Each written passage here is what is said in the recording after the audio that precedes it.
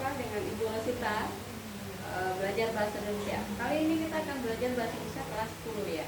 Kelas 10 kita mulai dengan teks laporan hasil observasi. Oke, yang akan kita bahas kali ini adalah pengertian laporan hasil observasi itu apa, ada tujuan, ada ciri-ciri, terus ada gagasan utamanya apa, terus ada struktur, kemudian ada kaidahnya, lalu ada tahapan menulis laporan hasil observasi tersebut.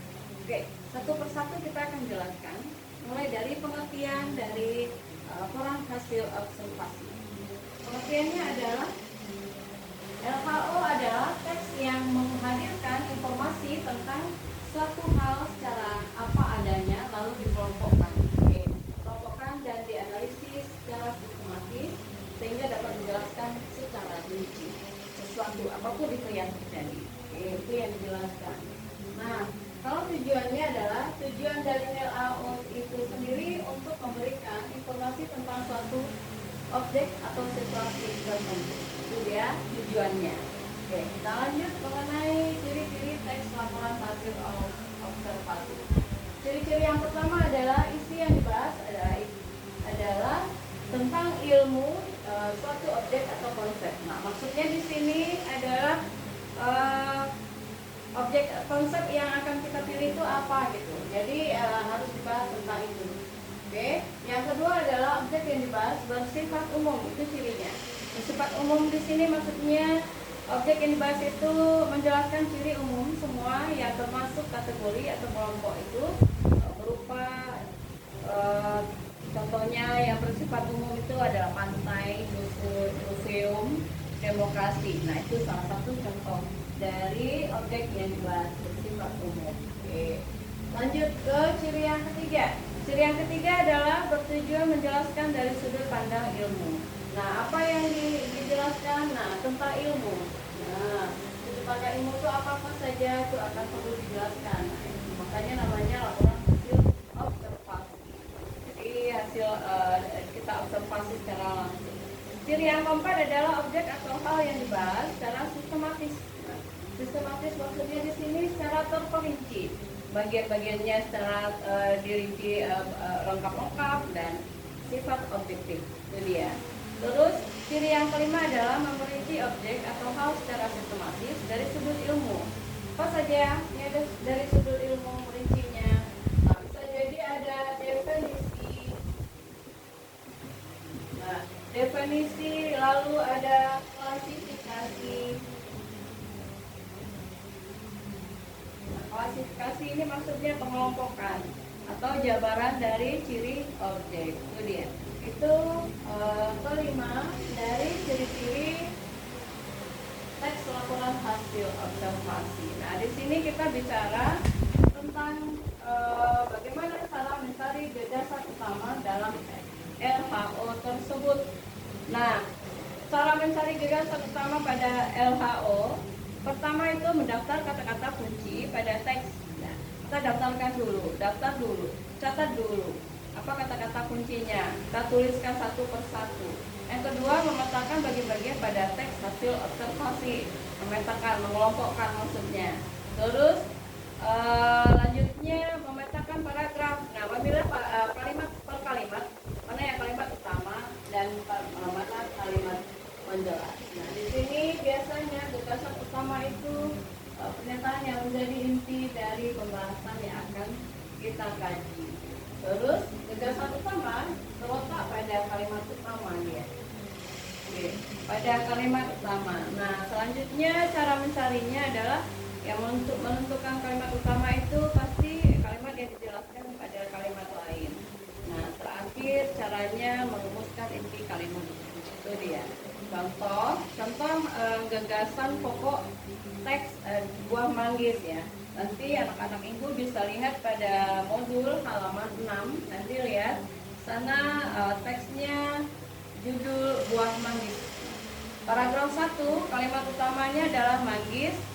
Nama manggisnya Garcinia mangostana L, merupakan salah satu tanaman buah asli Indonesia.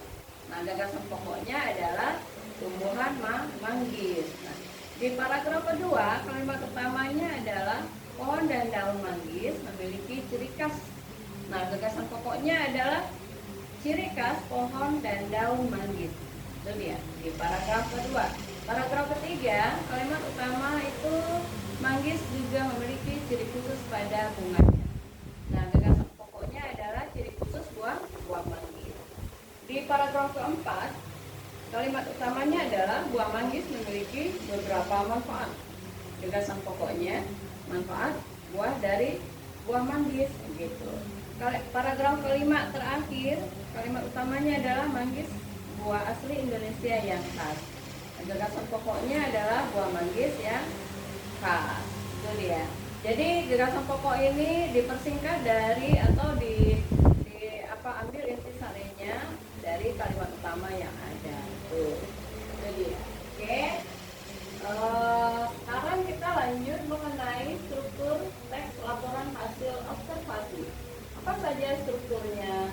Ada 3 macam: pernyataan umum, ya. Ada deskripsi bagian, terus terakhir itu adalah bagian kesimpulan. Nah, kita jelaskan satu persatu.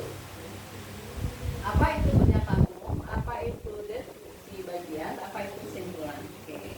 Di sini pernyataan umum atau deskripsi umum atau disebut juga dengan klasifikasi umum itu adalah keterangan umum atau informasi tambahan tentang subjek yang dilaporkan. Itu dia. Pernyataan umum berisi informasi umum, misal nama Latin, asal usul, kelas, informasi tambahan tentang apa yang akan kita laporkan. Lalu ada di bagian kedua deskripsi bagian. Deskripsi bagian ini maksudnya adalah perincian bagian-bagian hal yang akan dilaporkan. Nah, saat melaporkan tentang hewan, maka aspek yang dilaporkan mencakup ciri fisik, habitat, makanan, perilaku. Nah, saat melaporkan tumbuhan, maka aspek yang dilaporkan adalah perincian ciri fisik bunga, akar, buah, atau perincian bagian yang lain. Nah, begitu juga kalau kita menjelaskan atau perincian hal-hal tumbuhan lainnya atau aspek habitat lainnya. Terus yang ketiga adalah bagian simpulan dari struktur teks. Bagian simpulan ini berisi ringkasan umum yang akan dilaporkan. Misalnya nih, simpulan ini boleh ada dan boleh tidak ada, tapi lebih baik harus ada simpulan. Jadi apapun yang kita lakukan dari pernyataan umum, deskripsi bagiannya, berarti yang terakhir adalah harus mempunyai bagian kata simpulan. Nah, itu dia. Setelah dari struktur ada yang namanya kaidah. Kaidah teks laporan hasil observasi itu ada beberapa bagian, 4 bagian dia. Yang pertama adalah banyak menggunakan kata benda. Apa maksudnya di sini? Banyak menggunakan kata benda atau peristiwa umum sebagai objek utama pemaparannya. Contoh, tanaman lantoro bung hidup di daerah beriklim sedang. Itu contohnya. Jadi lantoro ya. Tanaman lantoro ini contohnya. Lantoro. Nah, itu berupa kalimat dia contohnya. Oke, yang kedua, banyak menggunakan kata popula. Popula itu adalah kata kerja definisi. Definisi berarti pengertian. Nah, mencakup kata popula atau kata kerja definisi misal adalah, merupakan, yaitu. Nah, itu adalah yang termasuk kata yang menggunakan popula, kata kerja popula. Contoh kalimatnya adalah lumba-lumba hidup botol, lomba-lomba hidung botol, merupakan mamalia laut yang dapat hidup hingga 40 sampai 50 tahun. Wah, lama ya hidupnya. Oke. Itu adalah contoh definisi ya. Kata merupakan yang digunakan. Terus yang ketiga, kaidahnya adalah menggunakan kata pengelompokan. Pengelompokan di sini berarti ada kata-kata yang dikelompokkan satu persatu menurut kategorinya. Misal katanya adalah dipilih, dikelompokkan, terbagi, terdiri, atas. Nah, itu dia. Itu pilang-pilangnya. Contoh kalimatnya adalah sampah terbagi menjadi sampah organik dan anorganik ya. Ada organik dan anorganik. Itu nih. Yang keempat, banyak menggunakan istilah bidang tertentu. Nah, di sini bidang tertentu misalnya ada istilah bidang keilmuan, ada istilah bidang pendidikan, ada istilah bidang lainnya, apapun itu yang akan kita bahas atau kita kaji atau kita observasi ya. Nah, contoh ada kata atmosfer, antibiotik, aerodinamika, ada iklim, ada tropis. Nah, ini tentang alam ya. Tentang alam yang dibahas bidang ilmunya. Oke, semoga bisa ini ya, bisa dimengerti ya. Terus ada tahapan menulis laporan hasil observasi. Ada tahapannya, beberapa tahapan. Kita jelaskan satu persatu. Yang pertama adalah melakukan kegiatan observasi. Apa saja yang dilakukan di dalam kegiatan observasi yang pertama ini? Nah, yang akan dilakukan adalah pertama itu adalah mencatat data yang ditemukan sesuai dengan tujuan laporan kita. Dicatat dulu datanya satu persatu dicatat.